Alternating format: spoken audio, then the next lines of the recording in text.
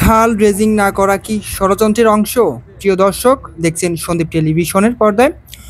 সন্দ্বীপের মানুষের অর্ধশত বছরের ইচ্ছা ও আকাঙ্ক্ষা পূর্ণ হয়েছিল গত 24শে মার্চ অন্তর্বর্তীকালীন সরকারের হাত ধরে এবং সন্দ্বীপের কৃতি সন্তান উপদেষ্টা ফয়জুল কবির খানের আপ্রাণ চেষ্টায়।